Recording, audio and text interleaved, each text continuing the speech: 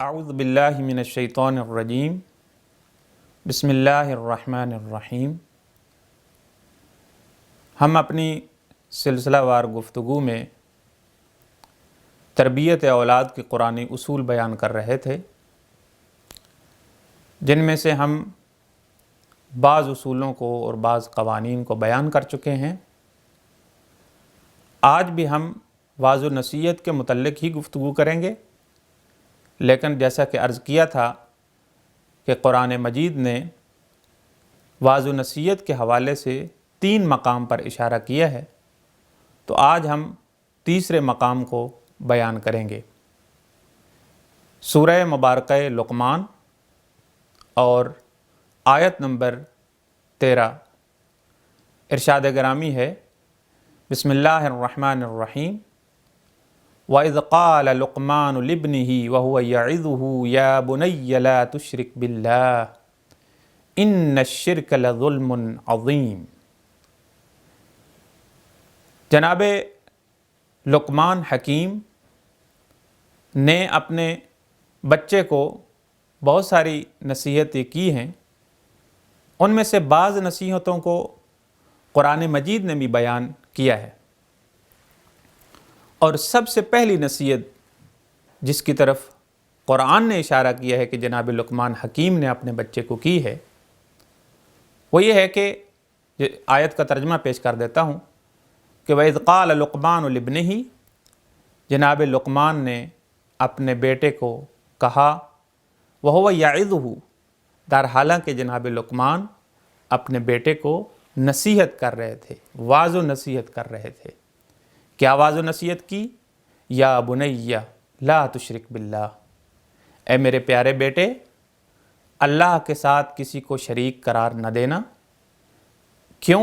ان الشرک لظلم عظیم، شرک بہت بڑا ظلم ہے۔ ناظرین گرامی، اس آیت میں 3 نقطوں کی طرف اشارہ کیا جا سکتا ہے۔ پہلا نقطہ یہ ہے کہ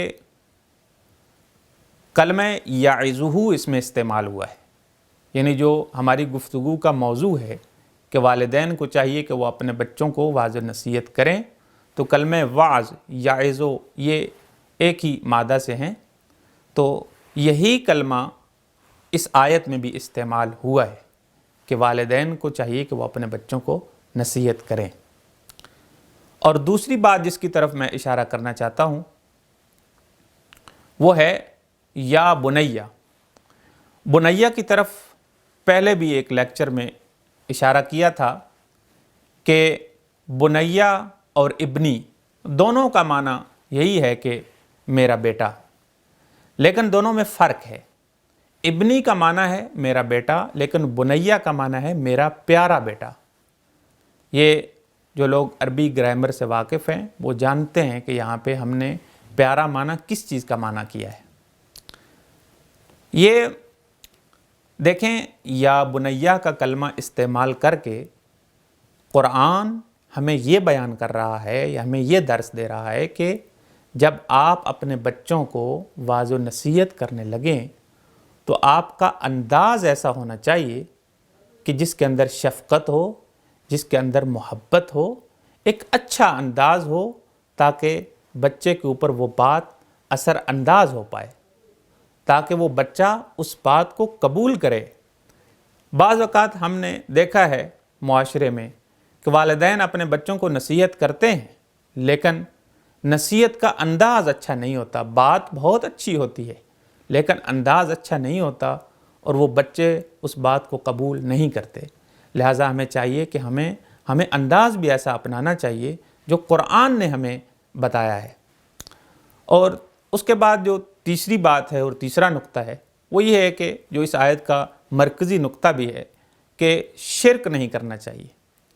آج کے دور میں بالخصوص شرک انتہائی بری چیز جو ہے ہمارے معاشرے میں رائج ہو چکی ہے، اور بسا اوقات یہ دیکھنے میں آتا ہے کہ ہمارے وہ جگہیں جہاں پہ ہم یہ سمجھتے ہیں کہ یہاں تو واقعاً یہ مجلس ہے یا دینی عنوان ہے یا کوئی ایسا عنوان ہے کہ انسان ہر صورت میں چاہتا ہے کہ وہاں پہ حاضر ہو، لیکن بہت افسوس کے ساتھ کہنا پڑتا ہے کہ بعض اوقات وہاں پہ بھی ایسی باتیں سننے کو ملتی ہیں کہ جو ہمارے بچوں کو بجائے اس کے کہ اس جگہ سے اللہ کی توحید کا درس ملے، اللہ کی وحدانیت کا درس ملے، لیکن وہاں پہ بڑے افسوس کے ساتھ کہنا پڑتا ہے کہ وہاں سے بجائے توحید کے شرک کا درس ملتا ہے۔